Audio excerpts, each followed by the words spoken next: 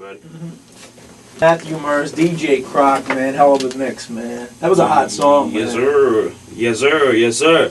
You know, we played it first. Marissa Kay, hot joint. The name of that song is called "Whip It." And speaking of, you definitely got the lady in the building. Hello, fellas. How you doing? Long time? Long time no see. What's it been about 12 hours? So what's good with you? Everything's good. Yeah, you killed it last week, man. We were saying that earlier in the show. Yeah. That solo you did, you held it down. Yes. So how did it feel, man, to hear like everybody just moving to your song? The energy, me personally, being on stage, I felt the energy. I felt like it was my show. It was like the energy was crazy. Yeah. It was mad love in that building that night. It really was. I mean, I didn't know you could get a Philly crowd rocking like that. I was surprised. It definitely went against all the rules that night. I was like, wow. Like, wow. It was definitely a lot of love, and like I said, I felt like it was my show, so I can imagine how you felt like actually performing and getting that type of response from your hometown crowd. Big show, man. Shout out to Solo Nightclub again. Enough about them. What really goes on in Marissa Kay's world? Talk to us. Seclusion and writing. Seclusion. And long hours. Long Islands? That's coming later. I mean, Long Island is long hours. Stuff. Don't worry, them drinks are still up and you'll be alright. Give us an idea on what you want to bring to the game as an artist. A dose of reality. A dose of being able to touch somebody that actually been through hard. Can you touch me right now? There you go. There you go. Like just real authentic struggle, something that just don't come easy, you know. So you want to make substantial. You want to make substantial, soulful type of music. Yes, and it, without getting that necessarily stuck in a box. Definitely no boxes. Definitely no boxes. How long have you been writing songs for? Let my mama tell it. I wrote my first song at 4. Wow. Can you give us the first verse of that song? Oh man, if I did, my father would be embarrassed. Wow. Yes, it was called "When My Daddy Goes to the Toilet." See, he was. Wow. Yes, it was because he was in college, and the only way he could get away from me was to study in the bathroom. Yeah. So I was under the assumption that at 4. That's what he was doing in there all day. But yeah, I used to sing in front of their parties all the time when I was younger and stuff. Back it up a little bit. Shout out to Dad. Where were you at when we were talking about the problems in the community? Shout out to your dad being so focused to go to the bathroom to study while he to get away from me. So both parents were in your life then growing up? Yes, fortunate. Yes. I've always been a writer. Right. But how long have you been actually singing for then? I have been singing that long too. Wow. I come from a entire family that's musically inclined. Oh, okay. I was raised in a Baptist church, 32nd and Berks. Big ups to Prince of Peace Baptist. So, and my mother was the woman who sung all the leads that you had to pull your handkerchief out every Sunday. So naturally you were on the choir. On the choir, on the children's choir, then on the youth choir, then on the adult choir. So I've always been a singer. Not to cut you off, but since we're talking about church, I was a preacher's kid, typical. What about you? Like, I was a typical preacher's kid, and if you have to read between the lines, you just don't get it. But I'll explain. They say typically the preacher's kids turn out to be badasses. That happened. Yes, it did. I got tired of church about 16, and because they had me. I mean, because don't get me wrong, it was fun. But then around that age, I started smelling myself. Oh yeah. Okay. And then you like, well, I ain't going to 3 services. You smell good today, by the way. Thank you. Look good too. Wow. Yeah. What? Thank you. So, what nationalities are you? I just need to know. Good question. I am African American with Hispanic descent. translated on a job application, that She would go is, down she's as American. beautiful.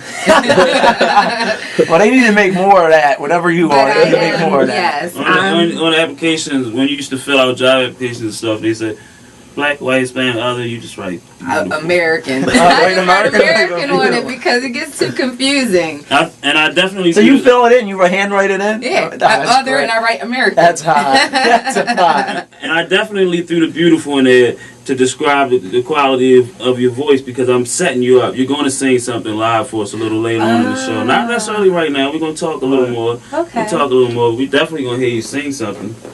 Okay. So, all right. So, you got a mixtape coming out, I understand. Yes. Talk about it.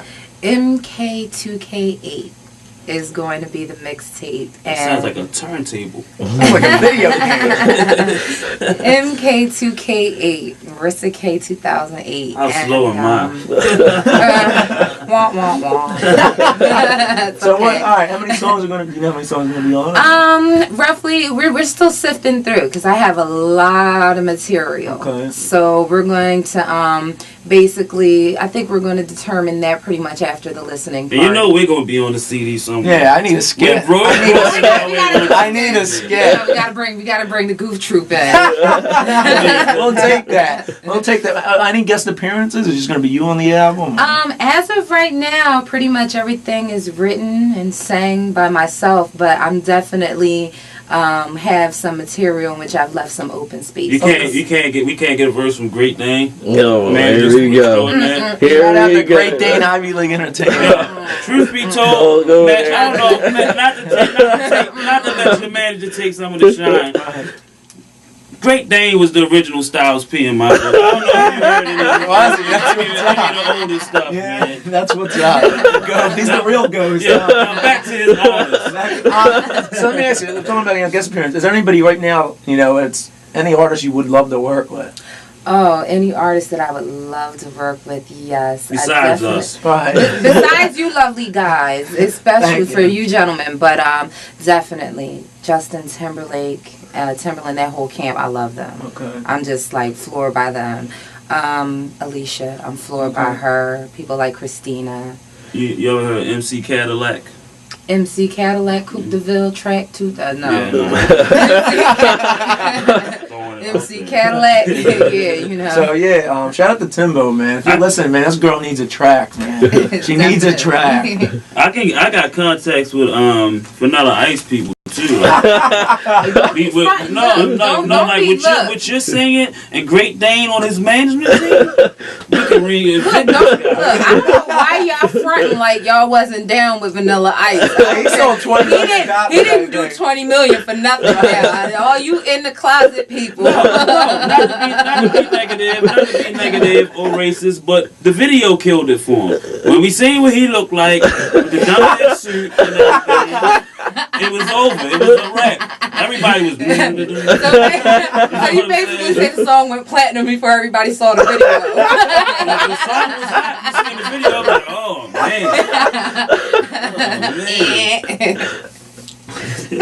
Oh man, Marissa Kay is in the building. DJ Croc, Matthew Mers, www.talkonmyblock.com. Great Dane's in the building. Oh yeah. So how'd you hook up with Great Dane? Dang. How'd I hook up with Great Dane?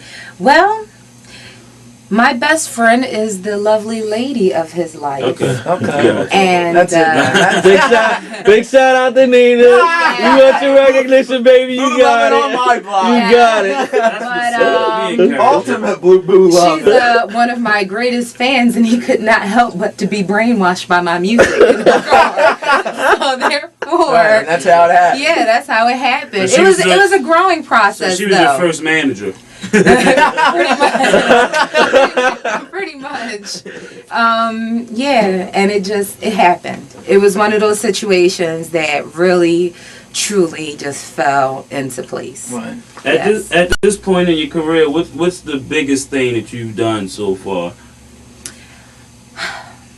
Written this album. And Oh, so you hustling. mean you take This is- in terms of your biggest accomplishment? The steps that I'm taking right now are my biggest accomplishments. It's coming like one after another. Yeah, I was thinking like more along the lines of like shows. Who have you performed with? A lot of shows that I've done in the past. I've done different venues. I've done more or less singing other people's materials. I never really had the opportunity to actually perform my own material like that. I've done stuff like sing the Star Spangled Banners for the Globetrotters. Well, I probably would have booed you if I Standing up. rather you sing. I got a standing up. Oh no, not at all. Not, not to say, come on, your voice is beautiful, but I just kind of crap on songs like that. I'm ignorant at stuff like that. I hate them pledges and all that kind of stuff, but I'm glad that I got. Oh my God. But real rap, as of right now, my greatest accomplishment would be the turnout at solo. Yeah. Definitely. Yeah. That really, really made me That feel was crazy, accomplished. man. That it was really crazy. Back to the album. You may have said it already that my ADDs may have got the best It's of me. okay. Is there a release date?